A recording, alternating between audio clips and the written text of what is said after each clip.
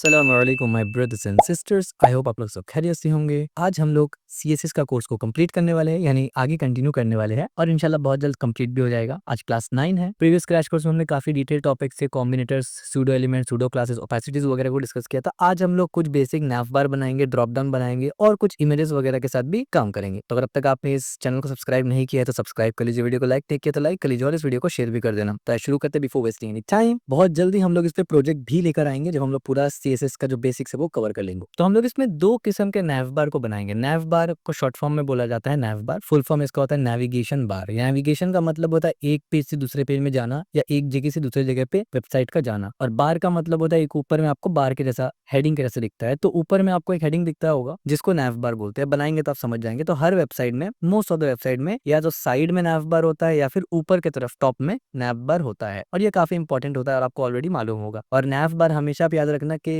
List item से बनाया जाता है। तो हम लोग स्क्रैच से दो नैव बार बनाने वाले हैं, ठीक है। तो सबसे पहले बनाने के लिए मैं क्या करूंगा, मैं बोलूंगा यूएल। यूएल के बाद मैं बोलूंगा मुझे 4 एलआई चाहिए, तो मैं क्या बोलूंगा एलआई मल्टीप्लाई बाय 4। तो आप देखा कि मैंने शॉर्टकट का इस्तेमाल करके किस तरीके से जल्दी से इसको क्रिएट कर लिया। आगे जाके हम लोग इसको देखेंगे कि कैसे करके ये सब करते हैं, पर अभी मैं नॉर्मल तरीके से ही करूंगा जिससे आपको भी समझ में आए कि ये कैसे बन रहा है, ठीक है। तो मैंने एक यूएल बनाया, यूएल के अंदर मैंने एक एलआई बनाया, एलआई टैग के अंदर हम लोग एक एंकर टैग बनाते हैं, ठीक है। और एंकर टैग में हम लोग यहाँ पर क्या डालते हैं, मैं यहाँ पर हैश डाल देता हूँ और होम डाल देता हूँ, हैश होम, और इसको खाली रखते हैं। और अब मैं क्या करूंगा, इसको 4 बार इस तरीके से कर लूंगा, ठीक है। और यहाँ पर आके पहले तो मैं होम लिखूंगा और यहाँ पर आके न्यूज। ये मैं बिल्कुल आपके साथ स्क्रैच से बना रहा हूँ, कहीं से मैंने कोड को नहीं लिया, ताकि मैं हर एक पॉइंट पे एक्सप्लेन कर सकूं। हालांकि ये कोई प्रोजेक्ट तो नहीं है, पर फिर भी कॉन्टैक्ट, क्योंकि ये भी काफी इंपॉर्टेंट पॉइंट है। एक वेबसाइट का हिस्सा बनाने जा रहे हैं आप, भले पूरा वेबसाइट क्यों ना बनाए। तो फ्यूचर में हम लोग पूरा वेबसाइट बनाएंगे तो उसके लिए आपको एक छोटा सा प्रैक्टिस भी हो जाएगा, ठीक है। तो वो नेविगेशन बार क्योंकि टॉप में होता है, सबसे पहले वही बनाएंगे हम लोग, एंड देन आखिर में अबाउट। सेव किया जैसे मैंने, तो आप देख सकते हैं सिंपल सा, क्योंकि एंकर टैग लगा है तो इस वजह से यहाँ पर ये एरो एरो आ रहा है, ठीक है, यानी ये लिंक की तरह बनकर आ रहा है। अब मैं सीएसएस को यहाँ से इंपोर्ट करूंगा। अब देखिए क्योंकि हम लोग प्रोजेक्ट नहीं बना रहे तो मैं एक्सटर्नल शीट इस्तेमाल नहीं कर रहा। सिंपल सा मैं यूएल को टारगेट करूंगा और मैं चाहूंगा पूरा का पूरा यूएल में ये स्टाइल लग जाए। तो मैं बोलूंगा लिस्ट स्टाइल टाइप और मैं नन करूंगा। आपको पता है कि नैव बार में ये रहता नहीं है, खराब लगता है, ठीक है। इसके अलावा मैं मार्जिन पैडिंग को भी 0 कर दूंगा, क्योंकि मुझे कोई एक्स्ट्रा मार्जिन पैडिंग नहीं चाहिए। हालांकि मैं इसी काम को यूनिवर्सल ऑपरेटर से भी कर सकता था, पर फिलहाल के लिए क्योंकि हम लोग प्रोजेक्ट नहीं बना रहे तो यूनिवर्सल ऑपरेटर को इस्तेमाल नहीं करेंगे। जब प्रॉपर प्रोजेक्ट बनाएंगे तो मैं आपको समझाऊंगा कब क्या कौन सा टैग इस्तेमाल करना है, which is really important video. यानी जब जो हमारा कोर्स आए यानी प्रोजेक्ट आएगा वो उस पर तो एक एक लाइन लिख के मैं समझाऊंगा। तो यहाँ तक हमने किया और ये सब प्रॉपर्टी ऑलरेडी आपको मालूम है। यहाँ पर ऐसा कोई भी प्रॉपर्टी नहीं है जो आपके लिए नया हो, ठीक है। आपको होम, न्यूज सब कुछ दिख रहा है। अब हम लोग इसी में से एक वर्टिकल नैव बार बनाएंगे। वर्टिकल नैव बार का मतलब इस तरीके से वर्टिकली रहेगा, एक तो हॉरिजॉन्टल होता है, राइट। तो ये सबसे पहले कुछ स्टाइल्स लगाते हैं इसके ऊपर, ताकि ये थोड़ा सा नैव बार की तरह दिखे। तो मार्जिन पैडिंग हमने ऑलरेडी लगा हुआ है, तो हमने इसको थोड़ा सा हमें विड्थ देना है, ठीक है। अब देखिए विड्थ में यहाँ पर हम लोग विड्थ ही क्यों इस्तेमाल कर रहे हैं और मैक्स विड्थ क्यों इस्तेमाल नहीं कर रहे, ये सब पॉइंट्स हम लोग डिस्कस करेंगे। फिलहाल यहाँ पर मैं इस वजह से विड्थ इस्तेमाल इतना कर रहा हूँ क्योंकि 200 पिक्सल छोटा से छोटा स्क्रीन साइज में भी आ जाता है। मुझे इससे छोटा मतलब अब कौन सा स्क्रीन साइज आप इस्तेमाल करेंगे, मोबाइल में भी 200 पिक्सल आराम से दिख जाता है, ठीक है। इसलिए क्योंकि इससे छोटा कभी जाएगा ही नहीं, तो 200 पिक्सल इज गुड। और साथ साथ मैं ये नहीं चाहता कि पेज जैसे जैसे बड़ा हो तो विड्थ बढ़ जाएगा। मैं परसेंटेज दूंगा तो यही होगा, ठीक है। तो जब प्रोजेक्ट्स आप डिफरेंट डिफरेंट किस्म का बनाएंगे ना, तो आपको आइडिया हो जाएगा कि कब कौन सा कैसे इस्तेमाल कर रहा है। तो मैं यहाँ से F1 F1 F1 ऐसे मैंने एक चूज कर लिया था। As you can see background में हमें थोड़ा सा ग्रेइश दिख रहा है। चाहे तो हम लोग थोड़ा सा इसको ट्वीक कर सकते हैं, यहाँ से हल्का सा इसको नीचे लेके मैं आऊंगा ऐसे, तो अब ये थोड़ा सा बेटर हो गया। इसको आप याद कर सकते हैं D D D D D 6 बार, यानी 2 बार आपका हो जाएगा रेड के लिए, 2 बार ग्रीन, 2 बार ब्लू के लिए, ठीक है। तो ये इस तरीके से कलर मिल जाएगा हमें। तो ये तो हमने यूएल के अंदर स्टाइलिंग कर लिया ना। अब हम लोग एंकर टैग को थोड़ा सा स्टाइल करेंगे। तो मैंने बोला ए या एलआई के अंदर जाओ। अब देखिए यहाँ पर ये एलआई के बाद हमने क्या ये कॉम्बिनेटर्स इस्तेमाल किया। ये कौन सा कॉम्बिनेटर है, डिसेंडेंट कॉम्बिनेटर। जितने भी एलआई है और उसके अंदर जितना भी एंकर टैग हो सब पे अप्लाई हुआ है, ठीक है। तो मैं ये याद भी दिलाता रहा हूँ आपको। तो मैंने बोला डिस्प्ले ब्लॉक। अब आप बोलेंगे ब्लॉक ही तो था, बट ये एक अच्छा प्रैक्टिस है कि वो था, वो बाय डिफॉल्ट था। हम लोग जब प्रोजेक्ट बनाते हैं तो हम लोग कुछ भी बाय डिफॉल्ट नहीं छोड़ते, सब कुछ अपने कंट्रोल में लेते हैं। तो अब हम लोग ने एक्सप्लिसिटली बोल दिया कि भाई ये ब्लॉक ही रहेगा, क्योंकि बहुत टाइम ऐसा होता है ना कि कुछ और प्रॉपर्टी लगाने की वजह से वो डिफॉल्ट प्रॉपर्टी जो पहले था वो बदल जाता है। ये हम लोग आगे देखेंगे। So that's one of the reasons why हम लोग नहीं चाहते कि ये कभी बदले। तो हमने इसलिए एक्सप्लिसिटली ब्लॉक बता दिया कि भाई कोई प्रॉपर्टी बदले जो मर्जी हो, ये ब्लॉक का ब्लॉक ही रहेगा, क्योंकि हमें वर्टिकल नैव बार बनाना है। तो बहुत से लोग ये सोचते हैं कि ऑलरेडी तो ये ब्लॉक था, फिर लिखने का क्या जरूरत था? लिखने का यही जरूरत था ना कि फॉर सम रीजन ये खुद से चेंज ना हो जाए, हमें ये ऐसे ही चाहिए। तो एक्सप्लिसिट हमने इसको बता दिया। कलर को मैंने ब्लैक कर दिया, एलआई क्योंकि ए टारगेट है एलआई के अंदर, तो अभी के सब कलर ब्लैक हो गया। ठीक है, इसके बाद मैं थोड़ा सा पैडिंग दूंगा, एक डिसेंट अमाउंट ऑफ पैडिंग दूंगा जिससे ये थोड़ा अच्छा लगे। तो चेक करते हैं पहले 8 और 16 देखे ये कैसा लगता है। So it's looks good. ठीक है, 14 कर लेगा तो हाँ आपको ज्यादा अच्छा लग रहा है, बढ़िया। और फाइनली इसके बाद आपको पता है ये जो लाइंस दिख रहा है, हमें बिल्कुल भी ये लाइंस नहीं चाहिए, टेक्स्ट डेकोरेशन नन करेंगे। तो आप देखिए अब ये थोड़ा सा साइड बार की तरह तो लग रहा है, लेकिन अभी भी नहीं, अभी एक स्ट्रक्चर साइड बार की तरह बना है, लेकिन इसमें कुछ और स्टाइल ऐड करेंगे हम लोग। फॉर एग्जाम्पल मैं बोलूंगा एलआई के अंदर जितना भी ए है उसके पास जाओ और उस पर एक सूडो प्रॉपर्टी हवर लगा दो। हमने ऑलरेडी पढ़ा हुआ है ना। तो अब क्या हुआ, जितने भी एलआई है और उनके अंदर जितना भी एंकर टैग है, सब में सबके एंकर टैग में जब हवर हो तो मैं कहूंगा कि भाई बैकग्राउंड के कलर को बदल दो। क्या कलर कर दो? मैं बोलूंगा 5555 एंड 55। सेव करूंगा इसको जैसे ही, तो आप देखिए यहाँ पर ये कलर इस तरीके से हो रहा है। ठीक है, लेकिन आप देखिए जब हवर हो रहा है ना, कलर तो ठीक आ रहा है लेकिन ये ब्लैक अच्छा नहीं लग रहा है। तो मैं बोलूंगा जब हवर हो रहा है ना, बैकग्राउंड बदल रहा है ना, उसी वक्त आप कलर को भी बदल दो। तो मैं करूंगा कलर व्हाइट। अब आप देखिए ये नॉर्मल में बिना हवर में कलर ब्लैक है, हवर होते ही कलर व्हाइट होगा, यानी इस तरीके से। आप देखिए अब ये काफी डिसेंट लग रहा है। ठीक है, इस तरीके से। ठीक है, अब इसको हम लोग मजीद और थोड़ा सा अच्छे लेवल पे लेके जाएंगे। ठीक है, कैसे करके लेके जाएंगे इतना तक आपको ऑलरेडी मालूम है। अब लेट्स से ये हमने यहाँ से एलआई किया ना, अगर मैं इसको थोड़ी देर के लिए बंद करूँ तो सेव करूँ तो आप देख सकते हैं आपको हवर तो नहीं हो रहा है, लेकिन मैं एलआई के अंदर ए के पास जाके मैं लिखूंगा ACTIV एक्टिव। अब आप बोलेंगे ये क्या कर दिया, ये तो आपने सिलेक्टर इस्तेमाल किया, तो यहाँ पर हमने क्या एक्टिव नाम का कुछ लिखा है? तो आप देखेंगे हमने तो कुछ भी नहीं लिखा। तो मैं यहाँ पर करना ये चाह रहा हूँ ना, मैं यहाँ पर एक क्लास लगाऊंगा, फिर आपको समझाऊंगा तो आपको समझ में आएगा। मैंने यहाँ पर बोला एक्टिव, तो अब तक आपको समझ में आ रहा है कि अच्छा ठीक है, पहले वाला में हमने क्लास लगाया एक्टिव और एलआई के अंदर उस ए को टारगेट किया जिसका नाम एक्टिव है, यानी जिसका क्लास एक्टिव है। हाँ, यहाँ तक तो समझ में आ रहा है। उसके बाद मैंने कुछ ऐसे किया ना, बैकग्राउंड कलर को बदल दिया, जो एक्टिव है उसका बैकग्राउंड कलर को हमने बदल दिया 4AA6D, हमने इस कलर से बदल दिया। तो अब देखिए ये खुद ब खुद चेंज हो गया। क्यों? क्योंकि ये एक्टिव है अब, यानी ये एक्टिव बना दिया ना हमने इसको। इसका मतलब गोया कि आप इसको प्रेस करके, उसका मतलब ये है। तो ये लिंक को हमने एक्टिव कर दिया। और आपको पता है एक्टिव विजिटेड सबका कलर आप बदल सकते हैं। द मोमेंट मैंने इस वाले को एक्टिव किया तो सिर्फ पहला वाला जो होम है वो एक्टिव हो गया। ठीक है, अब यहाँ पर देखिए अगर मैं दोबारा से इसको ओपन कर दूं तो अब क्या होगा, यहाँ पर लग रहा है, यहाँ पर लग रहा है, यहाँ पर लग रहा है और यहाँ पर भी थोड़ा सा लग रहा है। एज यू कैन सी यहाँ पर बैकग्राउंड तो नहीं लग रहा है बट कलर जरूर लग रहा है।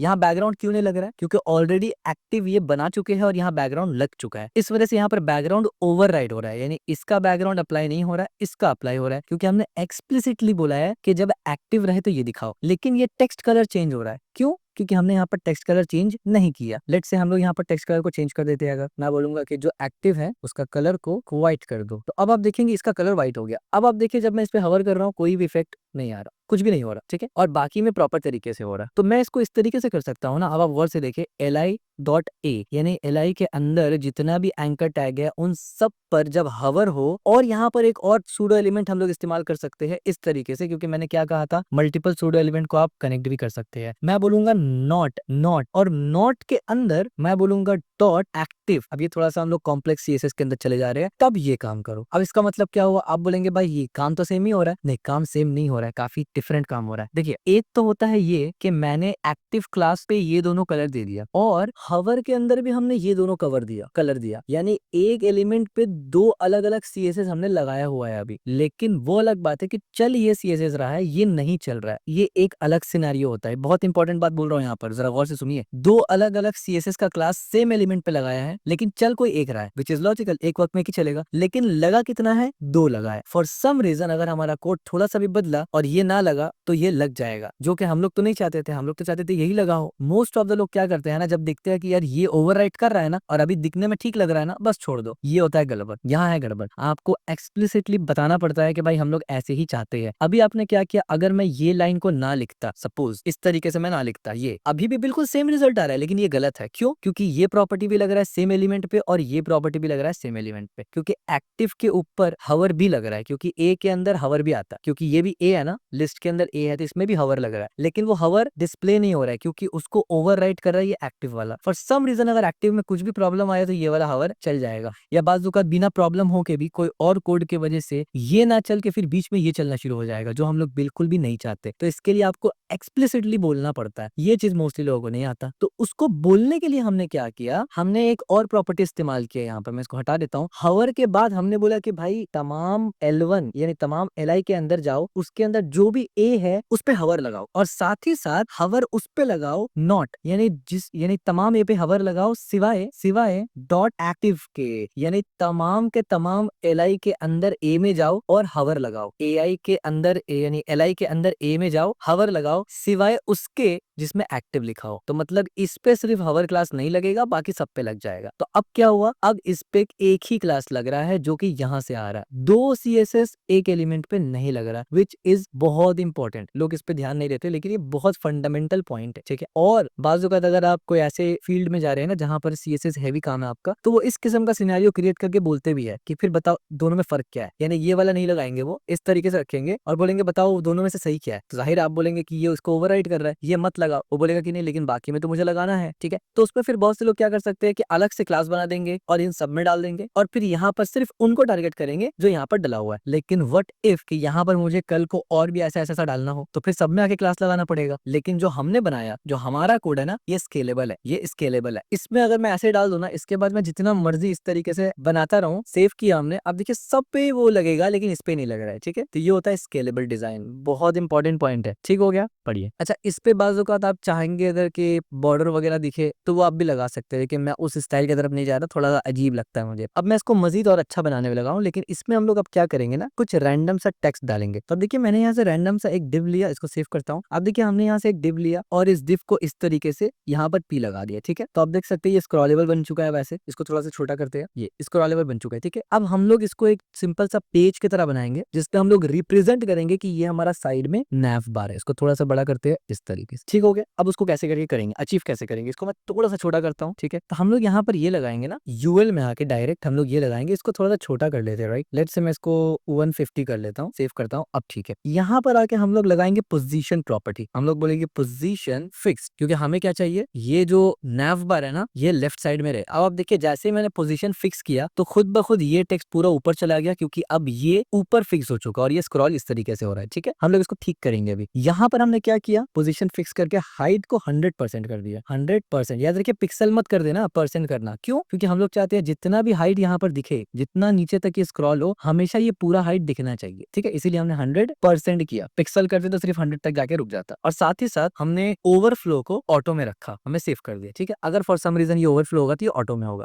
और मैं यहाँ से टॉप में 0 पिक्सल कर देता हूँ, और इस तरीके से नहीं। तो अब देखिए जैसे मैंने 0 पिक्सल किया तो अब ये टॉप में जाके चिपक गया, ठीक है, क्योंकि हम लोग यही चाह रहे थे कि ये चिपक जाए। अच्छा, आप ये सोच रहे होंगे ये साइड में जो व्हाइट व्हाइट दिख रहा है, तो ये असल में व्हाइट व्हाइट ऐसे नहीं है। मैं इसको खोलता हूँ, ये जो साइड में व्हाइट व्हाइट दिख रहा है ना आपको, इसको भी हम लोग फिक्स कर लेते हैं। इसके लिए हम लोग क्या करेंगे ना, हम लोग यहाँ से बॉडी को टारगेट कर लेंगे और इस पे हम लोग बोल देंगे मार्जिन 0 पिक्सल। अब देखिए जैसे मैंने मार्जिन 0 पिक्सल बोला, अब ये चिपक गया, अब ये ठीक लग रहा है, ठीक है। और मुझे ये थोड़ा ज्यादा ही पतला लग रहा है, तो फॉर सम रीजन मैं इसको 190 कर लेता हूँ, थोड़ा सा ठीक लग रहा है, ठीक है। अब देखिए ये साइड में साइड बार की तरह दिख रहा है आपको, ठीक है। अब इसका लुक काफी साइड बार जैसा है। यहाँ का जो कंटेंट है इसको मैं क्या करूंगा, इसको मैं खिसकाऊंगा। तो मैं खिसकाने के लिए इनलाइन स्टाइल दे देता हूँ, क्योंकि मुझे आपको सिर्फ दिखाना है। एट्रीब्यूट में लगा देता हूँ मैं यहाँ पर लेट से बोलता हूँ मार्जिन लेफ्ट, ठीक है, मार्जिन लेफ्ट 130 पिक्सल। तो मैं बोल देता हूँ 150 पिक्सल, 180 पिक्सल, बल्कि 200 पिक्सल लगा देते हैं। हाँ ये बढ़िया है, 200 पिक्सल लगा दिया हमने। और साथ ही साथ मैं ये करूंगा, मैं कहूँगा पैडिंग 1 पिक्सल ऊपर नीचे और 16 पिक्सल राइट लेफ्ट। और साथ ही साथ मैं जो हाइट है ना, इसको 1000 पिक्सल में सेव करूंगा लाइक दिस। और अब यहाँ से मैं इसको कमा देता हूँ, 180 pixel is more than enough. बढ़िया। तो आप देखिए अब ये बिल्कुल आपको एक स्क्रॉल बार की तरह लुक लग रहा है, ठीक है। इसको जस्ट मैं थोड़ा सा कुछ ऐड कर दूं यहाँ पर, तो थोड़ा सा आपको भी अच्छा लगे। सो मैं लेट से यहाँ पर जाके अबाउट में बोलता हूँ एक्सप्लोर न्यू टेक्स्ट। अब देखिए इस तरीके से फॉर सम रीजन मैं इसको भर देता हूँ रैंडम नेम से, ठीक है, ताकि थोड़ा सा अच्छा लगे, बल्कि सेम नेम से ही भर देते हैं यहाँ पर इस तरीके से। तो अब देखिए ये लग रहा है एक पूरा का पूरा नैव बार के तरह, ठीक है, इस तरीके से। तो ये एक डिसेंट नैव बार लग रहा है लेफ्ट हैंड साइड में, और ये एक्टिव लिंक है। अभी अगर मैं इसको छोटा करूं, स्क्रीन को मैं इस तरीके से छोटा करता हूं, तो आप देखिए ये कैसे दिख रहा है, बड़ा छोटा में इस तरीके से दिख रहा है, एज यू कैन सी। यानी प्रॉपर रिस्पॉन्सिव नहीं है ये। तो रिस्पॉन्सिव का टॉपिक हम लोग आगे पढ़ेंगे, ठीक हो गया। अच्छा, अब मैं क्या करूंगा ना, मैं पूरे के पूरा यहाँ से सबसे पहले इसको कॉपी करूंगा ऐसे, और देन ये पूरा कोड मैं आपको कमेंट आउट करके दे दूंगा, और यहाँ पर आके नीचे में दोबारा से मैं उसी सेम नाम से पेस्ट करूंगा, और इतना सब कुछ को हटा के सिर्फ ऐसे रखूंगा और मैं इसको सेव करूंगा। ठीक है, तो बाकी सब उड़ गया, जो क्लासेस लगा है वो रहने देते हैं। और अब हम लोग क्या करेंगे, ये पूरा का पूरा क्लासेस को भी यहाँ से करेंगे कमेंट आउट और यहाँ से इसको करेंगे बंद। और यहाँ पर लोग क्या लिखेंगे, वर्टिकल नैव बार। तो ये वर्टिकल नैव बार हमारा हो गया। ठीक है, अब हम लोग हॉरिजॉन्टल नैव बार बनाएंगे, हॉरिजॉन्टल नैव बार। इसी में हॉरिजॉन्टल नैव बार भी बनाएंगे हम लोग। तो अब देखिए बॉडी में मार्जिन हमने 0 किया हुआ है ऑलरेडी, पैडिंग भी 0 कर देते हैं। ठीक है, इस तरीके से कर दिया। अब हम लोग हॉरिजॉन्टल नैव बार कैसे बनाएंगे, और यूएल के नीचे आके कुछ लिख भी लेते हैं। लेट्स से मैं लिख लेता हूँ हॉरिजॉन्टल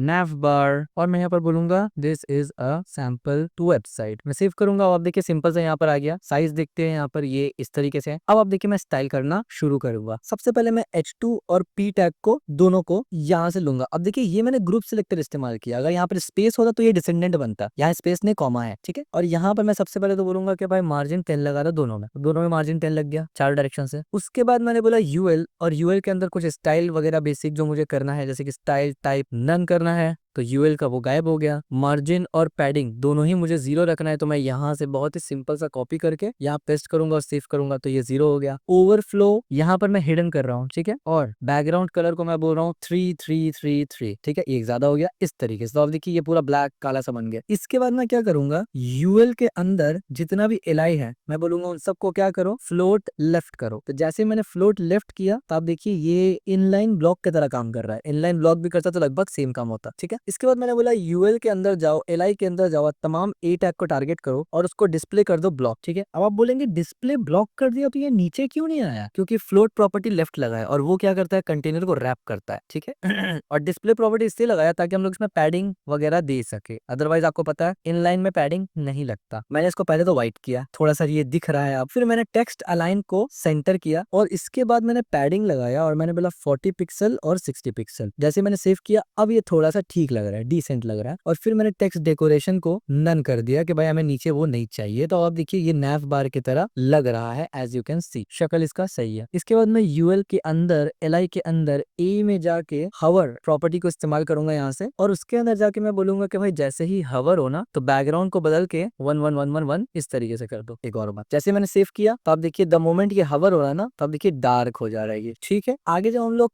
फ्लेक्स बॉक्स वगैरह पढ़ेंगे ना तो हम लोग इसको और भी अच्छे तरीके से काम कर पाएंगे। अभी लेट से मैं अगर आपको एक झलक दिखाऊं कि किस तरीके से ये फ्लेक्स बॉक्स काम करता है, तो मैं सिर्फ अगर यहाँ पर पेरेंट डिव में जाके डिस्प्ले फ्लेक्स करूंगा और जस्टिफाई कंटेंट को सेंटर करके सेव करूंगा, आप देखिए ये पूरा का पूरा सेंटर में आ गया। ठीक है, ऑफकोर्स यहाँ पर फ्लोट लेफ्ट लगा है तो ये गलत है, अभी मुझे फ्लोट हटाना पड़ेगा, बट मैंने जस्ट दिखाने के लिए आपको बताया कि इतना इजीली आप ये काम कर सकते हैं। ठीक है, तो मैं यहाँ पर लगा देता हूँ एक ऐसे करके कि रिमूव दिस। ठीक है, इस तरीके से मैंने लगा दिया कि भाई इसको रिमूव करना आपको। और यहाँ पर भी आप सेम काम कर सकते हैं। क्या मतलब सेम काम, मतलब यूएल को टारगेट करेंगे, फिर एलआई के अंदर जाएंगे, फिर ए के अंदर जाएगा और फिर एक्टिव क्लास हमारा ऑलरेडी लगा हुआ था ना, उसके अंदर जाके आप कलर चेंज कर सकते हैं कि भाई एक्टिव क्लास में जाके क्या करो, कलर को इस तरीके से चेंज कर दो। तो आप देखिए ये एक्टिव क्लास है, ये चेंज हो गया, बाकी सब नॉर्मल है। और अब आपको ऑलरेडी पता है कि जब ये हमने किया तो हवर के ऊपर जाके हमें क्या करना है, हमें लिखना है इस तरीके से नॉट एक्टिव। जिस जो नॉट एक्टिव है सिर्फ उसी पे लगाओ, बाकी पे लगाओ ही मत। ठीक है, ताकि ये सिर्फ इस पे लगे इस तरीके से। हालांकि ग्रीन कलर तो बड़ा अजीब सा लग रहा है, सो लेट्स से एक्टिव में मैं थोड़ा सा ब्लूइश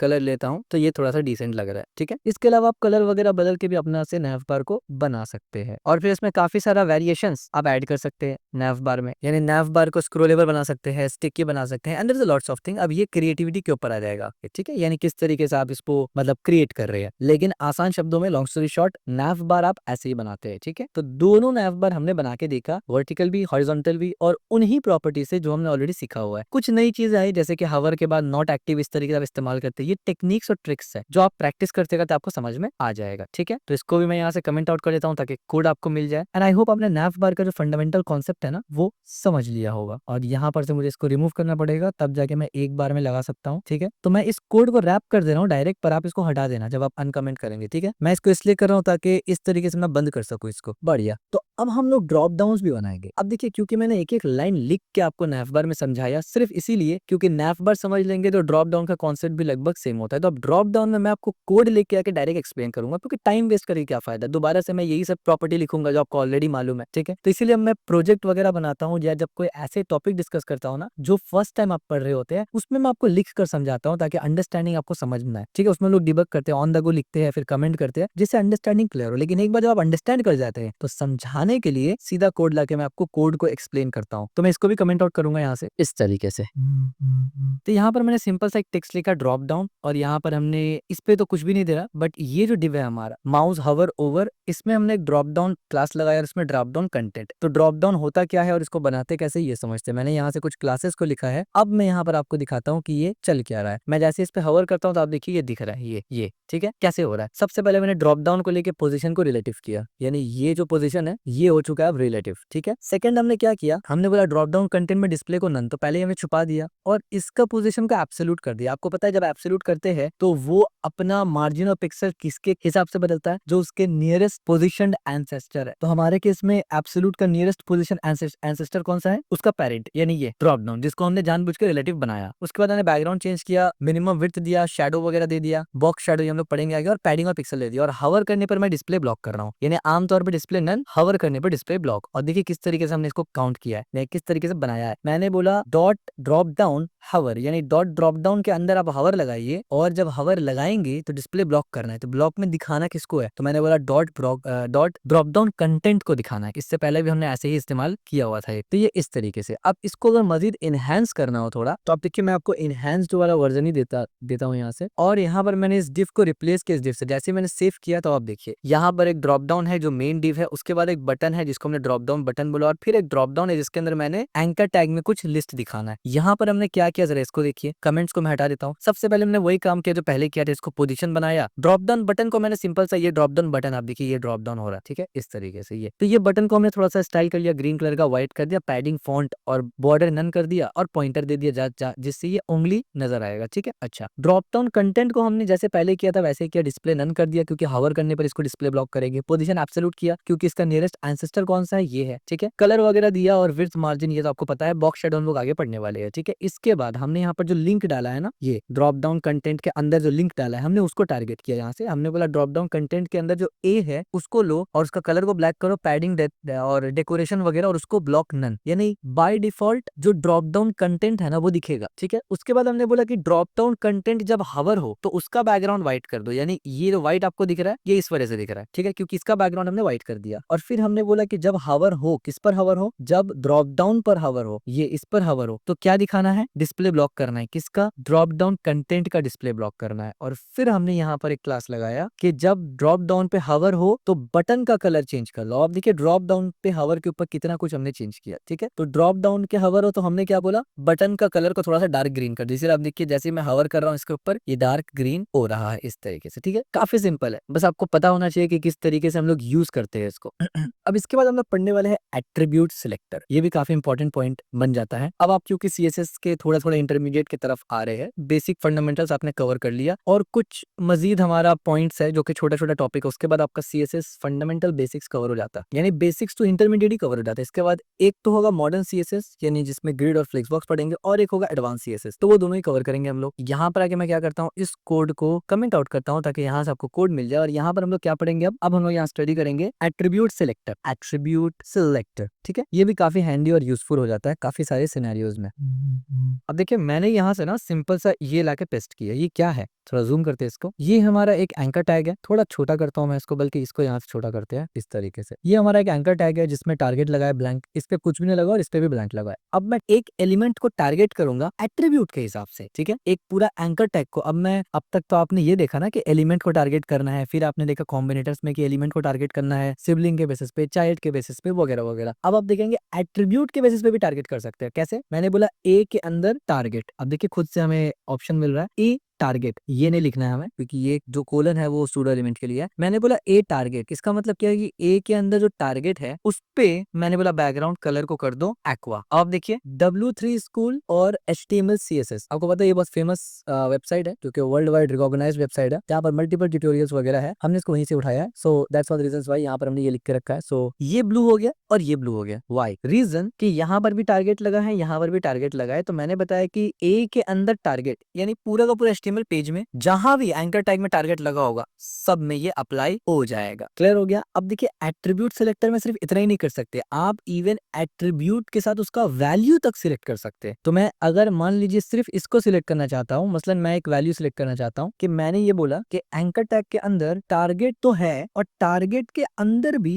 जिसका वैल्यू ब्लैंक हो, नॉट ब्लैक, ब्लैंक हो उसको टारगेट करो और उसका क्या करो, उसको टारगेट करके, अरे इसको यहाँ से बंद करेंगे, उसको टारगेट करके बैकग्राउंड कलर को लेना है और रेड करना है। अब देखिए क्या हुआ, इसमें भी ब्लैंक लगा था, बल्कि मैं इसको बंद करता हूँ क्योंकि ओवरराइड होगा यहाँ पर, इसको हटा रहे थे, इसको मैंने बंद कर दिया। अब देखिए इसमें भी ब्लैंक लगा हुआ था, इसमें भी ब्लैंक लगा हुआ था, तो दोनों पे चले गया। लेट्स से मैं यहाँ पर ब्लैंक के जगह अगर कुछ और इस्तेमाल करता, पेरेंट इस्तेमाल करता, तो आप देखिए इस पे नहीं लगता, सिर्फ ब्लैंक पे लगता। तो आप एक स्पेसिफिक वैल्यू के बेसिस पर भी टारगेट कर सकते हैं। तो ये बहुत पावरफुल आपको जो है फीचर देता है। इसको मैं यहाँ से कमेंट करता हूँ और एक और एग्जांपल आपको दिखाता हूँ। मैंने यहाँ पर इसको पेस्ट किया, ये 3 इमेजेस है बाय द वे, और इसको भी मैं कमेंट करता हूँ यहाँ से। हमने यहाँ पर 3 सिंपल सा इमेज लिया, एज यू कैन सी ये 3 इमेज है। अब यहाँ पर मैं आपको एक और प्रॉपर्टी दिखाने लगा हूँ विच इज इंटरेस्टिंग। हमने यहाँ पर क्या किया, अब ये जो हमने लिखा है ना, यहाँ पर आप देख रहे हैं ना, यहाँ लिखा है ना, अब हम लोग किसी भी नाम के हिसाब से, आप देख सकते हैं हमने टाइटल दिया ना, यहाँ भी टाइटल दिया, यहाँ भी टाइटल दिया, किसी भी एलिमेंट में आप टाइटल दे सकते हैं उसका नाम बताने के लिए। तो अब आप टाइटल के बेसिस पर भी, क्योंकि टाइटल भी एक एट्रीब्यूट है, उसके बेसिस पर आप स्टाइल कर सकते हैं।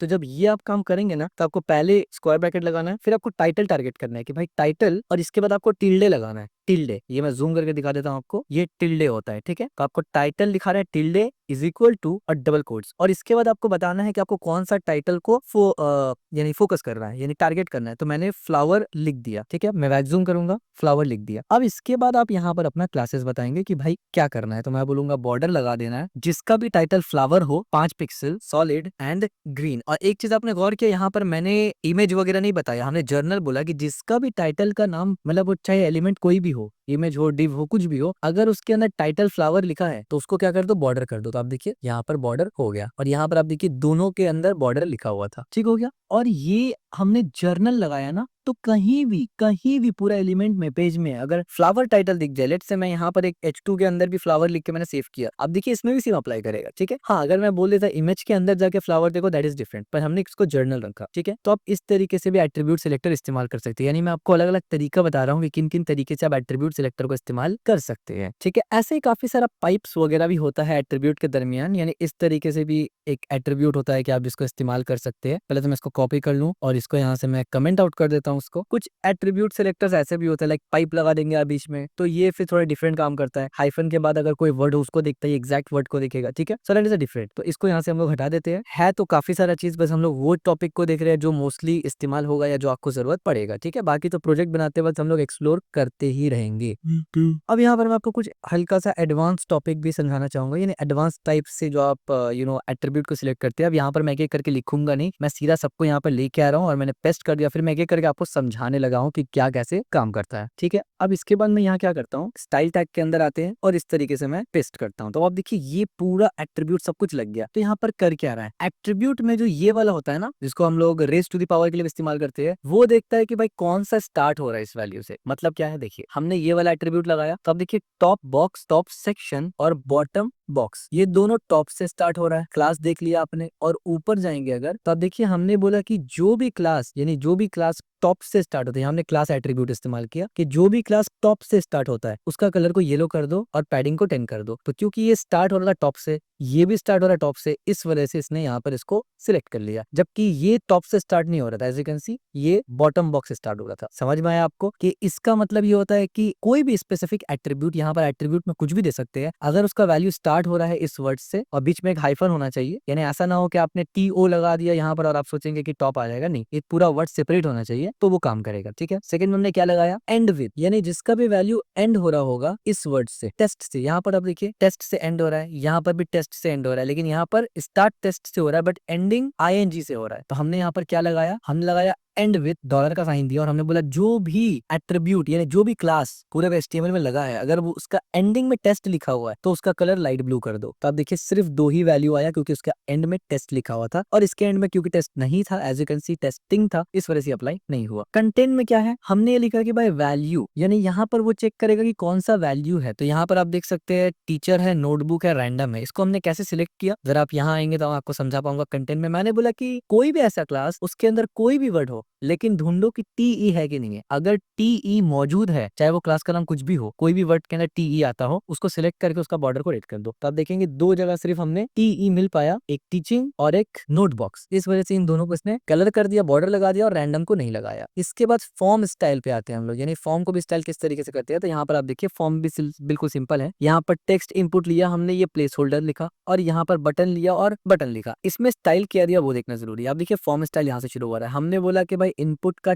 टेक्स्ट टाइप, यानी हर वो इनपुट जिसका टाइप टेक्स्ट है उसको इस तरीके से अप्लाई करो। क्या करो, 200 उसका विड्थ डालो, 6 पैडिंग डालो, बैकग्राउंड कलर पिंक डाल दो। यानी ये सब आपको ऑलरेडी मालूम है कैसे करके करते हैं, ठीक है। बस फर्क सिर्फ इतना था कि हमने इनपुट को सिलेक्ट नहीं किया, हमने बोला जितना भी इनपुट है और उसका टाइप टेक्स्ट है उसको सिलेक्ट करो। फिर हमने बोला जितना भी इनपुट है उसका टाइप बटन है उसको सिलेक्ट करो, और फिर बटन को भी हमने कलर दे दिया और ये सब दे दिया। ये आपको ऑलरेडी पता है। So as you can see किस तरीके से हमने अप्लाई किया एट्रीब्यूट सिलेक्टर। यानी आप बहुत सारी जगह एट्रीब्यूट सिलेक्टर को इस्तेमाल कर सकते हैं, विच इज रियली हैंडी। कई एक सिनेरियो में ऐसा होगा कि एट्रीब्यूट सिलेक्टर बहुत इंपॉर्टेंट हो जाएंगे अगर आप अपने पूरे स्टाइल को मेस ना करना चाहते हो या रीफैक्टर ना करना चाहते हो, ठीक है। खास करके एट्रीब्यूट सिलेक्टर का अहमियत आपको तब पता चलेगा ना जब आप कॉम्प्लेक्स किस्म के सिनेरियो में फंसे रहेंगे ना, जिस वक्त आप अगर एक स्टाइल चेंज करें तो दूसरा उसके बेसिस पे चेंज हो जाता होगा। उस वक्त आपको एट्रीब्यूट सिलेक्टर का वैल्यू समझ में आएगा कि किस तरीके से आप एट्रीब्यूट सिलेक्टर का इस्तेमाल लेकर अपने पूरे वेबसाइट का स्टाइल को सेम रख सकते हैं, ठीक है। मैंने इसको यहाँ से क्लियर कर दिया और यहाँ से जो भी CSS है मैं इसको यहाँ से हटा देता हूँ लाइक दिस,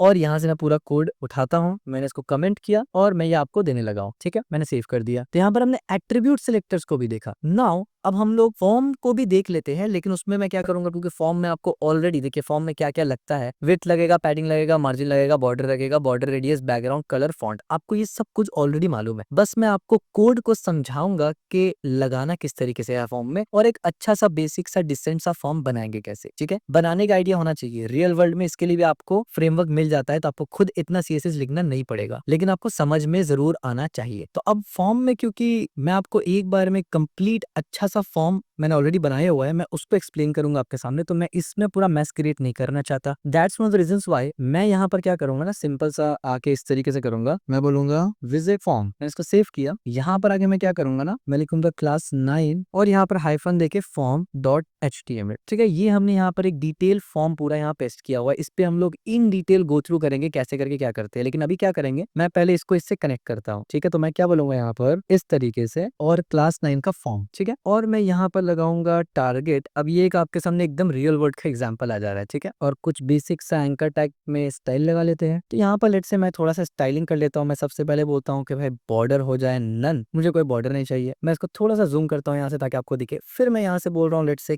कलर हो जाए हमारा व्हाइट, इस तरीके से। और जाहिर सी बात है क्योंकि बैकग्राउंड तो हमारा व्हाइट है, ठीक है, इसको देख लेंगे हम लोग, टेंशन मत लेना। बल्कि मैं पहले कलर को नहीं लगा रहा ताकि आपको दूसरा स्टाइल दिखता रहे। मैं यहाँ पर लगाता हूँ लेट से पैडिंग 16 पिक्सल और 32 पिक्सल, इस तरीके से। इसके बाद मैं लगाता हूँ लेट से टेक्स्ट अलाइन सेंटर, सेव करता हूँ तो सेंटर है। टेक्स्ट डेकोरेशन नन, तो ये उड़ गया। इसके बाद मैं यहाँ पर बोलूंगा डिस्प्ले इनलाइन ब्लॉक। आपको पता है इनलाइन ब्लॉक से भी सेम ही काम होता है, ताकि मैं हाइट विड्थ पैडिंग लगा सकता हूँ। मैंने इनलाइन ब्लॉक बनाया तो अब देखिए, अब यहाँ पर जैसे इनलाइन ब्लॉक बनाया तभी पैडिंग और हाइट वगैरह अप्लाई हुआ, ठीक है। मैं यहाँ से बोल सकता हूँ फॉन्ट का साइज को थोड़ा सा कर देते हैं 16 पिक्सल विच इज स्टैंडर्ड, और मैं मार्जिन भी थोड़ा सा लगाऊंगा। और मैं बोलूंगा 4 पिक्सल मार्जिन ऊपर नीचे करो और 2 पिक्सल राइट लेफ्ट करो, ठीक है, इस तरीके से। और कर्सर पॉइंटर भी मैंने ऐसे अप्लाई कर दिया, ठीक है। इसके बाद मैं यहाँ पर एक क्लास भी लगाता हूँ और मैं बोलता हूँ कि बटन। इसके बाद मैं बटन को यहाँ से टारगेट करूंगा इस तरीके से, और लेट से मैं बोलता हूँ कि बैकग्राउंड कलर को व्हाइट कर दो जो कि ऑलरेडी व्हाइट है, कलर को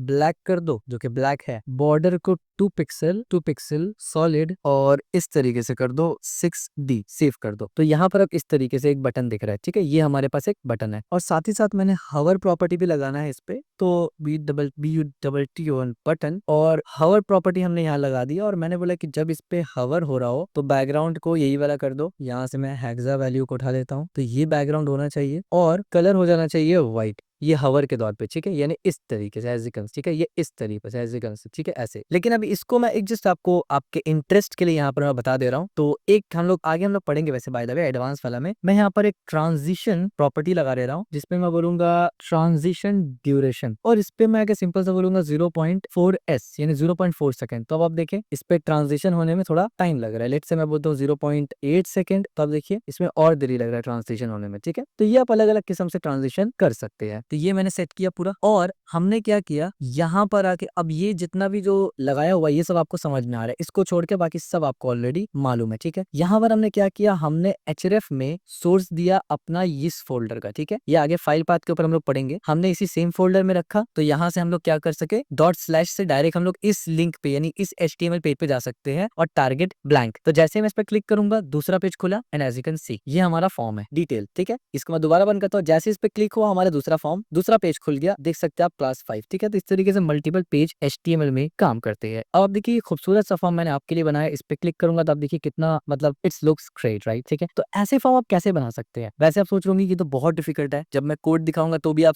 इस तरीके से देखेंगे, आप कहेंगे टोटल कितना लाइन का है, आप कहेंगे भाई 180 लाइन का आपने लिखा। देखिए यहाँ पर आपको समझना जरूरी है, ये जितना कोड यहाँ पर लिखा हुआ है ना, रियल वर्ल्ड में आपको इतना लिखना नहीं पड़ता है। आगे जाके जब हम लोग फ्रेमवर्क यूज करेंगे ना, तो कम कोड लिखेंगे लेकिन अच्छा अच्छा फाइल्स यानी अच्छा अच्छा स्टाइलिंग करेंगे। लेकिन अगर आपका CSS का डोमेन बहुत स्ट्रांग होता है ना, अंडरस्टैंडिंग बहुत अच्छा होता है ना, तो जैसे मैंने बताया कि 3 अलग अलग लोगों के लिए पूरा CSS का कोर्स बन रहा है। वन इज वेब डेवलपर, दूसरा इज मोशन इंजीनियर या वेब इंजीनियर एनिमेशन, और तीसरा गेम डेवलपमेंट। तो इस पे CSS का बहुत हाई इस्तेमाल होता है। तो आप अपना फाउंडेशन को स्ट्रॉन्ग करके चले तो कहीं भी ट्रांजिशन आप कर सकते हैं, ठीक है। ओके, तो अब हम लोग इसको डिकोड करेंगे कि भाई ये काफी खूबसूरत लग रहा है, कैसे बना, क्या बना। देखिए हवर करने पर ऐसे आ रहा है, मैं लिखूंगा तो ऐसे आ रहा है, ठीक है। इसके बाद फिर यहाँ पर भी आप देखिए ऐसे आ रहा है, पासवर्ड में भी आप देखिए ये पासवर्ड की तरह आ रहा है। एज में जैसे आप देखिए, आप यहाँ पर एरो दिख रहा है आपको, खुद से यहाँ पर 1 2 3 बोल रहा है, लेकिन यहाँ पर अगर मैं नाम डालूंगा तब देखिए नाम नहीं आएगा। अच्छा, यहाँ पर माइनस भी नहीं आना चाहिए क्योंकि एज माइनस में नहीं है, लेकिन ये वैलिडेशन का पार्ट है जो हम लोग जावास्क्रिप्ट में पढ़ते हैं कि वैलिडेशन कैसे डालेंगे, ठीक है। सर्च में आप देखिए कितना खूबसूरत से, जैसे ही ये फोकस हुआ वैसे ही ये सर्च बढ़ गया। यहाँ पर आप कुछ भी लिख सकते हैं सर्च इस तरीके से, ठीक है। जैसे ही फोकस हटा ये खुद से बंद हो गया। मेल फीमेल यहाँ पर आप जेंडर है, ये रेडियो बटन है, दोनों में से कोई एक सिलेक्ट कर सकते हैं, और यहाँ से आप स्किल्स में कुछ भी सिलेक्ट कर सकते हैं। यहाँ से आप कोई भी रिज्यूमे में फाइल उठा सकते हैं, फॉर एग्जाम्पल कुछ भी आप यहाँ डाल सकते हैं, ठीक है। यहाँ से आप अपना कंट्री ले सकते हैं, और यहाँ पर आप कुछ भी लिख सकते हैं, ठीक है, इस तरीके से लाइक दिस। और यहाँ पर आपके पास एक बटन है, उस पर आप क्लिक करेंगे, यहाँ पर आपके पास सबमिट बटन, जिससे सबमिट हो जाएगा। और लेट से आपने कोई भी ऐसे लिखा पड़ा है ना, तो रीसेट से आप रीसेट कर सकते हैं, ठीक है। हालांकि ये सब डिटेल हम लोगों ने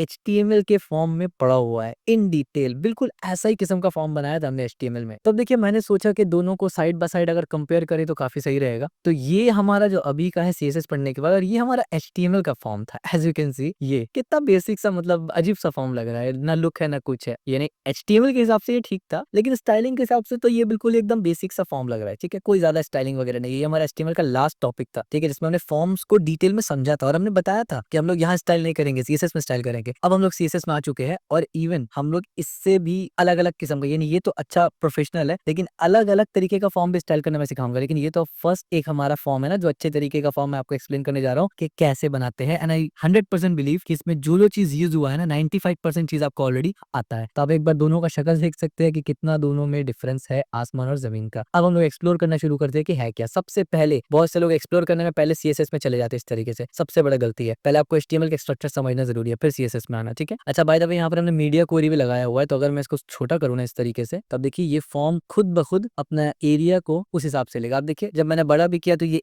एक हद पे आके इसने अपना साइज को एक्सटेंड करना बंद कर दिया। तो this is how professional forms लिखे जाते हैं, ठीक है। सबसे पहले हम लोग देखेंगे है क्या क्या। एक लेबल है, ठीक है, कोई क्लास नहीं है उसमें। इनपुट में भी हमारा कोई क्लास नहीं है, बिल्कुल साफ सा इनपुट है। टेक्स्ट ये भी साफ सा इनपुट है। ईमेल, ये पासवर्ड, ये एज, ये सर्च, यहाँ पर टाइप रेडियो, और ये मतलब मैं आपको दिखाना ये चाह रहा हूँ कि लोग जब बनाते हैं ना फॉर्म, और जिसमें वो इतना डिटेल में स्टाइल करते हैं, आप 95% लोगों को देखेंगे कि वो क्लास लगा लगा के और इनलाइन क्लास लगा लगा के भर देते हैं पूरा, यानी HTML की ऐसी की तैसी कर देते हैं वो, ठीक है। और यहाँ पर लेबल्स वगैरह, ठीक है। और वैसे बाय द वे मुझे जहां तक याद आ रहा है कि फॉर्म्स में हमने इस चीज को नहीं पढ़ा था, मैं वहां पर भूल गया था इसको कवर करने के लिए। तो अच्छा हुआ कि यहाँ पर आ गया, मैं अभी इसको कवर कर देता हूँ, ठीक है। वैसे कोई डिफिकल्टीज है नहीं, बड़े आसान है, पर चलो कवर कर देते हैं। और टेक्स्ट एरिया भी हमने डिस्कस ऑलरेडी किया हुआ है, ठीक है। और यहाँ पर ये 3 इनपुट है, यानी आप देख सकते हैं HTML हमारा कितना क्लीन है, ठीक है। इससे क्या मालूम चलता है ना कि कोई भी HTML के ऊपर आप डायरेक्ट इसको लगा पाएंगे CSS को, यानी हमने ज्यादा CSS हैवी स्टाइल किया, HTML में कोई चेंजेस नहीं किया। कोई भी HTML का फॉर्म आप बनाएंगे तो ये बेसिक पैटर्न होता है, उसमें कोई एक्स्ट्रा क्लासेस कुछ नहीं लगा हुआ, ठीक है। तो ये बेनिफिट होता है कि आप कहीं से भी फॉर्म उठा के अपना CSS क्लास को चिपका सकते हैं वहां पर। अब हम लोग आएंगे CSS को एक्सप्लोर करने, और काफी डिटेल CSS है, ठीक है। सबसे पहले हमने बॉडी को चेंज किया, एरियल फॉन्ट लगा दिया, मार्जिन को 40 पिक्सल कर दिया चारों तरफ से, और बैकग्राउंड का कलर यानी बॉडी का कलर को हल्का ग्रेइश डाल दिया। H1 को हमने टेक्स्ट लाइन सेंटर किया, ये हमारा H1 है जो कि बिल्कुल लॉजिकल है। फॉर्म जो हमारा मेन टैग होता है उसके अंदर ही सब कुछ होता है ना, तो फॉर्म्स को हमने क्या टारगेट किया, बैकग्राउंड को व्हाइट किया। इसलिए आप देखिए ये पूरा बैकग्राउंड बैकग्राउंड है ये फॉर्म का, ये व्हाइट हो गया। उस पर हमने पैडिंग 30 पिक्सल दिया तो आसपास आपको काफी सारा स्पेस दिख रहा है ऊपर नीचे। बॉर्डर रेडियस 8 पिक्सल, जिसकी वजह से ये मुड़ा हुआ दिख रहा है। एज यू कैन सी, अगर मैं जूम करके दिखाऊं तो ये मुड़ा हुआ इसी वजह से दिख रहा है, ठीक है। Maximum width 700 pixel. अब आप देखिए, ये हमने जब इतना बड़ा किया ना तो मैक्सिमम विड्थ, क्योंकि हमने बता दिया ना कि भाई मैक्सिमम जो विड्थ है, जो चौड़ा है फॉर्म, वो 700 पिक्सल ही होगा, उससे बड़ा किसी सूरत में मत जाओ। तो लिहाजा आसपास इतना जगह है तब भी वो मैक्सिमम विड्थ 70 पिक्सल से ज्यादा नहीं जाएगा। लेकिन छोटा अगर मैं करूं तो वो चला जाएगा। एज यू कैन सी, छोटा ठीक हो गया। तो ये बेनिफिट हो गया और ये रियल वर्ल्ड यूज केस आपके सामने आ गया मैक्सिमम विड्थ का, ठीक है। मार्जिन ऑटो, आपको पता है मार्जिन ऑटो कर दिया कब, जब हम लोग को सेंटर में करना होगा। मैं इसको बड़ा करूं इस तरीके से, आप देखिए ये सेंटर में आ रहा है। तो ये सेंटर में इसीलिए आ रहा है क्योंकि हमने मार्जिन ऑटो किया हुआ है, ठीक है। दोबारा से इसको ऐसे कर देते हैं, बढ़िया। ये फॉर्म का हो गया, यानी ये पूरा ऊपर का जो स्ट्रक्चर होता है, यानी ये जो फॉर्म है हमारा, ये जो हमारा फॉर्म है, ये पूरा का पूरा फॉर्म है जिसके अंदर हमारा सब कुछ है, उसको हमने स्टाइल किया। और ऐसे एक्चुअली में तरीका भी होता है एक एक करके स्टाइल करने का, ठीक है।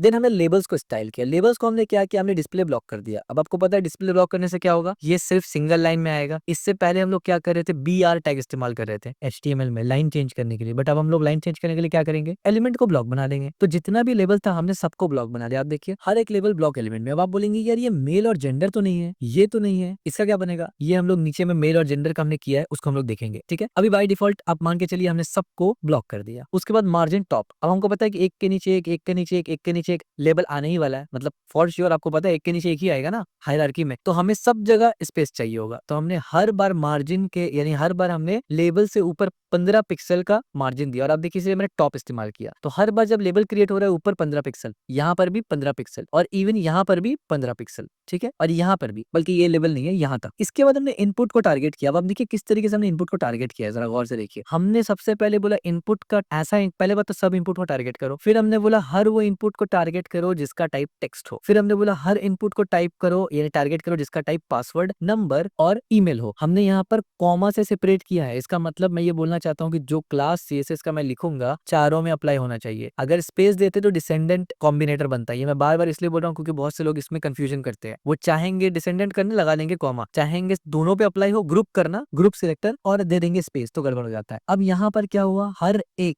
Text, password, number, email 100% width में आ गया। अब ये 100% विड्थ कौन सा है, इस फॉर्म के अंदर के हिसाब से 100%। और फॉर्म का विड्थ कितना सेट किया था, मैक्सिमम 700। यहाँ पर आके बहुत से लोग कंफ्यूज हो जाते हैं कि यार आपने 100% विड्थ दिया लेकिन यहाँ तो खाली है। उसका पीछे रीजन ये है कि ये 100% विड्थ हमने दिया है इनपुट को, और इनपुट के लिए जो जगह खाली है ना वो सिर्फ 700 पिक्सल के अंदर ही खाली है, ठीक है। इसके बाद हमने पैडिंग दिया, वो आपको ऑलरेडी पता है। मार्जिन दिया। अच्छा, मार्जिन में सेकंड वाला जीरो, सेकंड वाला जीरो का मतलब ये ऊपर नीचे होता है, ये लेफ्ट राइट। तो लेफ्ट राइट हमने मार्जिन नहीं दिया। अगर जाहिर सी बात है 100% देना है तो मार्जिन दे ही क्यों। अब यहाँ पर आप देखिए हमने बॉक्स साइजिंग में बॉक्स बॉर्डर कर दिया। इससे क्या पता चला, इससे ये पता चला कि जो बॉर्डर और पैडिंग है वो विड्थ के अंदर ही काउंट होगा। हमने ये भी पढ़ा हुआ ऑलरेडी। इसके बाद बॉर्डर को हमने बोला 2 पिक्सल सॉलिड और ये कलर दे दिया। तो हर एक इनपुट में आपको बॉर्डर दिख रहा होगा। अच्छा, एक और इंपॉर्टेंट बात, आपको टेक्स्ट इनपुट में, ये सब टेक्स्ट इनपुट है, बॉर्डर दिख रहा है। पासवर्ड टाइप है, ये भी बॉर्डर दिख रहा है। ईमेल टाइप और नंबर टाइप, इस पे भी बॉर्डर दिख रहा है, ठीक है। यहाँ पर हमने सर्च को ऐड नहीं किया क्योंकि सर्च हमने नीचे अलग से लिखा है। अभी आप देखिए यहाँ पर सर्च में अलग से लिखा और इनमें हमने बॉर्डर नहीं डाला, ठीक है। तो यहाँ पर हमने सिर्फ 4 इनपुट को कवर किया, टेक्स्ट, पासवर्ड, नंबर, ईमेल। ये जो क्लास है ये सिर्फ नाम, ईमेल, पासवर्ड, एज, इतना तक के ग्रुप को कवर कर रहा है। क्लियर हो गया। अब आइए नीचे। अब हमने इन्हीं के ऊपर फोकस एलिमेंट लगा के बता दिया कि भाई फोकस कैसे होगा। हमने बोला टेक्स्ट, पासवर्ड, नंबर, ईमेल के ऊपर फोकस लगाओ और सब में 2 पिक्सल सॉलिड ब्लैक का टारगेट यानी बॉर्डर लगाओ। अब देखिए जैसे क्लिक किया बॉर्डर लग गया। एक बैकग्राउंड कलर हमने चेंज कर दिया, हल्का सा बिल्कुल लाइट कर दिया ग्रीन, तो लाइट ग्रीन हो गया। और आउटलाइन को नन कर दिया। आउटलाइन नन से मुराद है, जैसे मैं इसको हटा देता हूँ ना और सेव करता हूँ तब आप देखिए ये किस तरीके से आउटलाइन आ रहा है। ये बाय डिफॉल्ट आउटलाइन दिखता है ब्लैक कलर का। तो आपको आउटलाइन नहीं चाहिए। अब आप बोलेंगे आउटलाइन क्या होता है, याद करिए बॉर्डर के बाहर होता है आउटलाइन, ठीक है। हमें बॉर्डर दिखाना है, आउटलाइन नहीं दिखाना। तो हमने आउटलाइन को नन कर दिया ताकि आउटलाइन ना दिखे और बॉर्डर दिखे, और खास करके ये कलर का बॉर्डर दिखे एज यू कैन सी, और फोकस होने पर दिखे। इसलिए हमने फोकस यहाँ अप्लाई किया कि फोकस होगा तभी दिखेगा। तो इस पे चाहे फोकस करिए, इस पे करिए, इस पे करिए, इस पे करिए। यहाँ पर भी हो रहा है लेकिन आप देखिए यहाँ पर कलर डिफरेंट है। क्यों, सर्च को हमने अलग से यहाँ पर डिस्कस किया है। यहाँ तक हमने क्या कवर किया, name, email, password and age, ठीक है।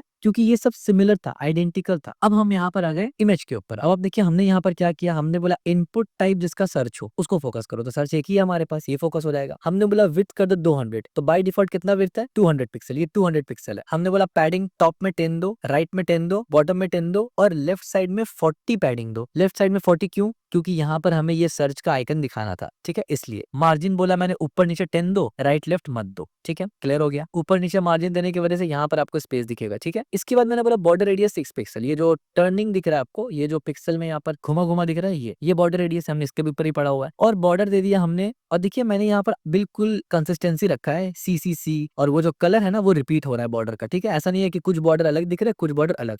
इसके बाद मैंने बैकग्राउंड इमेज यहाँ पर इस्तेमाल किया। अब ये चीज को अप्लाई करने का ना बहुत तरीका हो सकता है, लेकिन हमने यहाँ पर बैकग्राउंड इमेज को प्रीफर किया क्योंकि तमाम चीज जब CSS से कर रहे हैं तो ये आइकन भी CSS से ही लगाओ, इट इज द बेस्ट। एक चीज HTML में लगाए कोई फायदा नहीं है। हमने यहाँ पर क्या किया, CND इस्तेमाल किया आइकन PNG से, वहां से हमने एक सिंपल सा सर्च आइकन लेके आए और उसको यहाँ पर लगा दिया। उसके बाद हमने बोला बैकग्राउंड रिपीट ना हो, जाहिर सी बात एक ही बार दिखेगा, और हमने बोला बैकग्राउंड पोजीशन 10 पिक्सल सेंटर। अगर मैं ये ना लिखता तो क्या होता? अब देखिए रैंडमली सर्च कहाँ उठ के पड़ा हुआ है, कोना में आ गया, तो मैं तो ये नहीं चाहता था। मैंने बोला पहले मैं सेंटर बोलता हूँ, मैंने सेंटर बोला, अब देखिए ये सेंटर में आ गया, लेकिन मैंने फिर यहाँ पर 10 पिक्सल बोला। अगर मैं 10 पिक्सल की जगह 2 पिक्सल बोलता तो क्या होता? अब देखिए 2 पिक्सल में एकदम चिपक जाता, 10 पिक्सल में थोड़ा सा यहाँ पर से हमें गैप मिला है, लेकिन अगर मैं 20 पिक्सल दूं तो ये तकरीबन बीच में आ जाएगा। अब देखिए अब ये और घसक गया। मैं 50 पिक्सल दूं तब देखिए ये और घसक गया। तो ये आप अपने हिसाब से सेट करेंगे कि कौन सा ठीक लग रहा है। तो 10 पिक्सल ठीक लग रहा है तो मैंने 10 को, बल्कि तो ज्यादा ही हो गया, मैंने 10 को यहाँ से रख लिया, ठीक है। ये मैं इसलिए आपको डिबग करके दिखा रहा हूँ ना कि अगर ये ना लगाते तो क्या होता और क्यों ऐसा लगाया, इसलिए मैंने ये चेंज कर करके दिखाया। सेंटर अगर मैं हटा दूं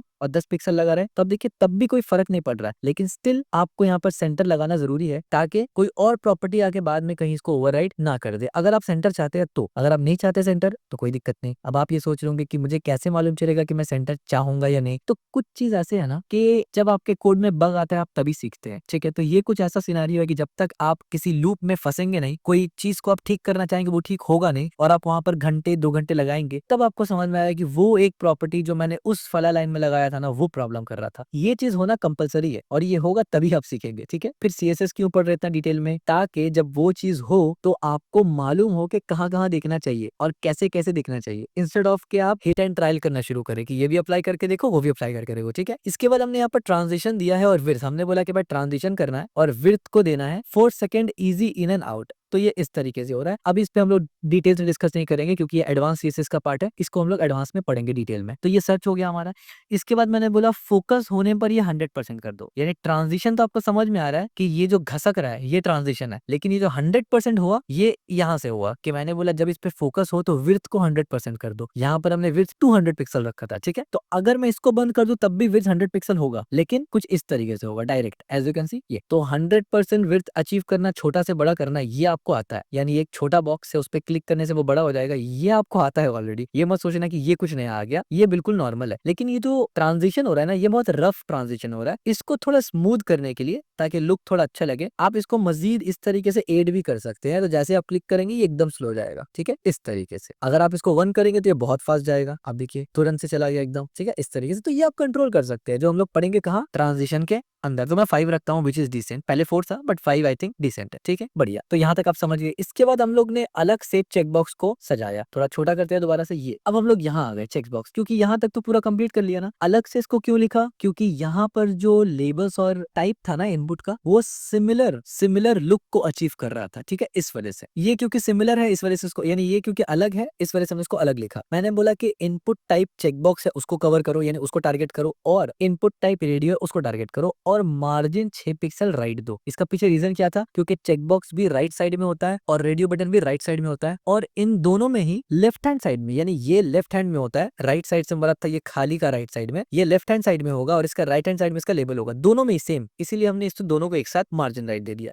उसके बाद हमने बोला कि ऐसा फाइल, यानी ऐसा इनपुट जिसका टाइप फाइल हो, तो हमारा ये आएगा क्योंकि इसी का एक टाइप फाइल है, उसको टारगेट करे, टॉप 10 पिक्सल मार्जिन दो। तो हमने ऊपर में 10 पिक्सल मार्जिन दे दिया। उसके बाद हमने टेक्स्ट एरिया को सजाया। यहाँ से टेक्स्ट एरिया के बारे में हमने क्या बोला, ये 100% विड्थ हो जाए तो ये 100% विड्थ है, हाइट 200 एंड 120 पिक्सल हो जाए, तो अब देखिए यहाँ पर अब हाइट में ऊपर नीचे नहीं कर पा रहा हूँ क्योंकि हमने हाइट को फिक्स कर दिया। किससे? हाइट 120 पिक्सल से। और एक्चुअली में ये 120 पिक्सल से यानी 120 पिक्सल के वजह से ऐसा नहीं है कि मैं बड़ा नहीं कर पा रहा। बड़ा नहीं करने का रीजन है मैंने रीसाइज को नन दिया हुआ है, ठीक है। अगर मैं रीसाइज नन को बंद करूं, अब देखिए अब ये बड़ा हो सकता है एज यू कैन सी, ठीक है। तो हमने बोला भाई रीसाइज नहीं होगा, तो जाहिर सी बात है जब रीसाइज नहीं होगा तो जो साइज यहाँ लगा दिया वही रहेगा, ठीक है। इसके बाद हमने पैडिंग लगा दिया, तो अब देखिए ये ऊपर से जो आपको दिख रहा है ये पैडिंग है। बॉक्स साइजिंग बॉक्स बॉर्डर यानी जो विड्थ है और जो हाइट है वो बॉर्डर पैडिंग इंक्लूडेड होगा। और यहाँ पर वही हमने बॉर्डर लगा दिया, रेडियस 6 कर दिया, बैकग्राउंड कलर चेंज कर दिया, फॉन्ट को बढ़ा दिया, तो कुछ इस तरीके से दिखेगा आपको, ठीक है। यहाँ पर भी अगर हम लोग चाहते तो चेंज कर सकते थे इसके तरह, ठीक है, लेकिन यहाँ पर आमतौर पर टेक्स्ट एरिया में वो किया नहीं जाता है, ठीक है।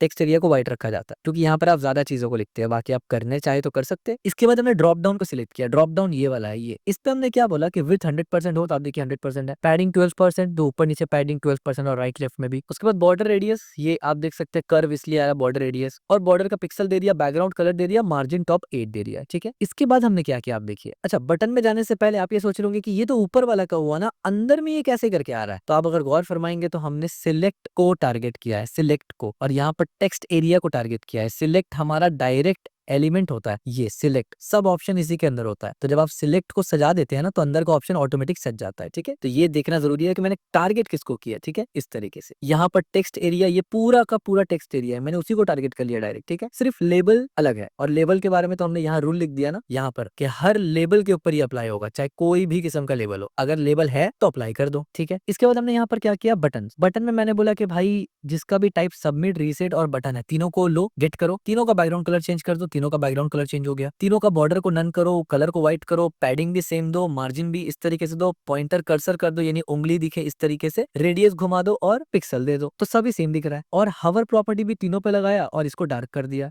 Like this, as simple as that. और यहाँ पर हमने एक सिंपल सा मीडिया क्वेरी लगा दिया, इसको हम लोग पढ़ेंगे एडवांस सीएसएस के अंदर ही, कि हमने यहाँ पर ये बोला मीडिया क्वेरी में skin and max width 600 pixel, तो फॉर्म का पैडिंग को कम कर दो, ठीक है। यानी इसका मतलब ये है कि आप देखिए यहाँ पर फॉर्म का साइज देखिए आप, यानी पैडिंग देखिए फॉर्म का, और यहाँ पर आप देखिए फॉर्म का पैडिंग, यहाँ पर आप देखिए पैडिंग कितना कम है, जबकि जैसे ही मैंने बढ़ाया अब आप देखिए पैडिंग बढ़ गया, ठीक है। आपको दिख रहा है, देखिए इस पॉइंट पे ये पैडिंग कमा पैडिंग बढ़ा, दिख रहा है आपको डायनामिक तरीके से ये ऊपर नीचे होते हुए, आई होप आपको दिख रहा होगा, ठीक है। इस तरीके से ये, तो ये चीज हम लोग अप्लाई कर पा रहे हैं मीडिया क्वेरी की मदद से कि स्क्रीन साइज चेंज होने से ये काम करता है। बाकी डिटेल से हम लोग मीडिया क्वेरी पढ़ेंगे तो आपको समझ में आ जाएगा, ठीक है। सो दैट्स इट, ये हमने अपना डिटेल जो हमारा फॉर्म है इसको यहाँ से ऐसे बड़ा करते हैं, और ये 100% पे है, ये 100% पे, इस तरीके से आप लिख सकते हैं। सो लेट्स से मैं यहाँ पर लिख सकता हूँ रोहन अली, जस्ट मैं आपको दिखा रहा हूँ। ईमेल में आप यहाँ पर डाल सकते हैं rohanali@gmail.com, और यहाँ पर आप पासवर्ड में डाल सकते हैं, लेट्स से मैंने एक बहुत ही स्ट्रॉन्ग पासवर्ड डाल दिया। एज आप दे सकते हैं कि भाई रोहन तो है 29 साल का। सर्च में आप बोल सकते हैं कि रोहन अली, ठीक है। जस्ट मैं एक दे रहा हूँ, मेल है ये भाई, और इसको HTML भी आता है, CSS भी आता है, जावास्क्रिप्ट भी आता है, CSS तो सीख ही रहा है। और अपलोड फाइल में कुछ भी डाल सकते हैं आप। कंट्री तो भाई इंडिया है हमारा, और मैं बोलूंगा कि आई एम वेब डेवलपर, इस तरीके से। और सिंपल सा मैं इसको सबमिट करूंगा तो जाहिर सी बात है पेज इस तरीके से हो गया, यानी सब कुछ सबमिट हो गया। सेम एज अगर मैं कोई भी रैंडम वैल्यू यहाँ पर लिख देता ऐसे करके, और इस तरीके से मैं कुछ भी रैंडम सा वैल्यू देता और यहाँ पर आके रीसेट पे दबाता, तो आप देखिए सब कुछ रीसेट हो गया, ठीक है। ठीक हो गया, तो इसका भी कोड आपको मिल जाएगा, टेंशन नहीं लेना। और इसका तो आपको ऑलरेडी मिल चुका, आपने देख भी लिया होगा। और ये हमारा आज का, इस पे जैसे क्लिक करेंगे तो विजिट हो जाएगा, ठीक है। सो आज इसी पर इत्तेफाक करते हैं। हमने काफी सारा टॉपिक आज डिटेल में पढ़ा है। अगर एक बार रिफ्रेशर देख ले तो हमने वर्टिकल नैव बार देखा स्टार्टिंग में ही, हॉरिजॉन्टल नैव बार देखा स्टार्टिंग में ही, एट्रीब्यूट सिलेक्टर को काफी डिटेल से देखा हमने, और उसी को पढ़ते पढ़ते मेरे ख्याल से एट्रीब्यूट सिलेक्टर ही को पढ़ते पढ़ते हमने डिटेल में फॉर्म वगैरह को देखा। यानी एट्रीब्यूट सिलेक्टर पहले पढ़ लिया,